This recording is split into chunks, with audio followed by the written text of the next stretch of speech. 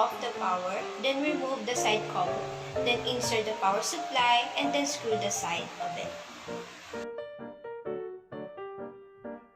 Attach the components to the motherboard, then insert to the side.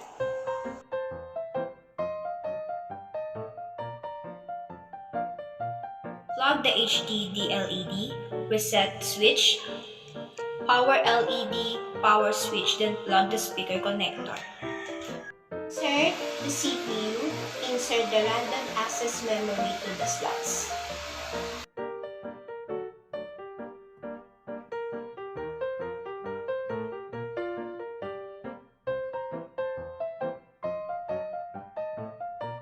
Make sure you screw it when you attach the SSD. Insert it again, then screw it.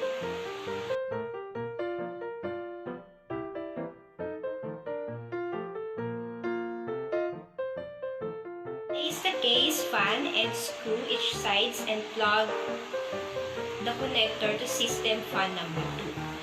Place the fan and screw each side and plug the connector to system fan number 1.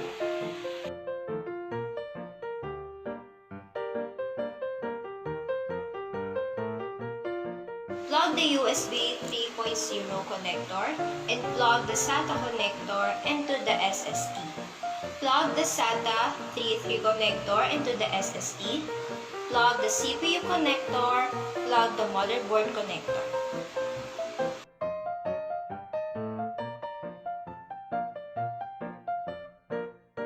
The cooling fan above the CPU, then screw each side and plug the CPU fan.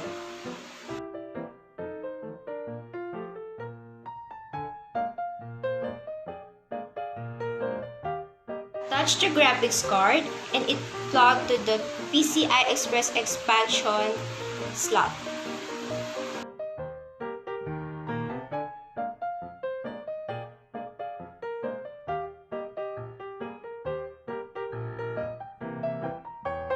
Attach the CMOS battery, plug the HDMI connector, the USB 2.0 connector, plug the connector to a power supply, then open the power, and open the power button to the front and the PC will work.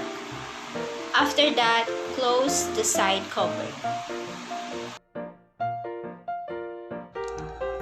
Power off the system, unplug the power cables, then open the side cover of PC.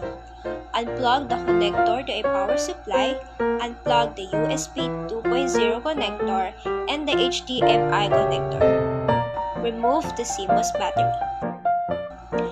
Unplug the PCI Express expansion and the graphics card.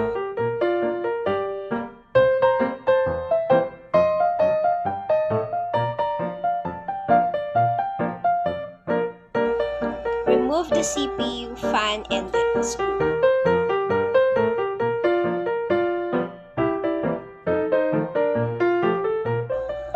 Unplug the connectors from the motherboard, SSD, SATA, and to USB 3.0.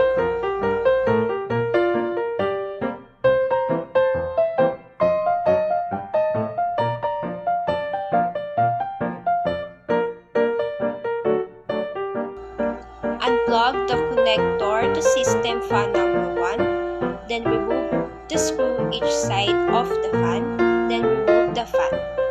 Next, unplug the connector from system number 2, then remove the screw each side of the fan, then remove the fan. Remove the screw to remove the SSD.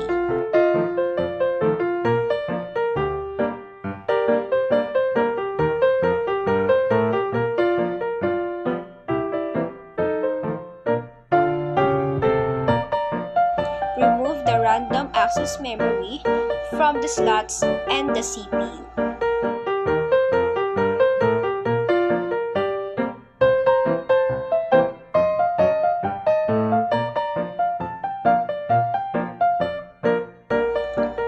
Unplug the speaker connector, power switch, power LED, reset switch, and HDD LED. Remove the motherboard, then remove the components of motherboard. the screw followed by the power supply.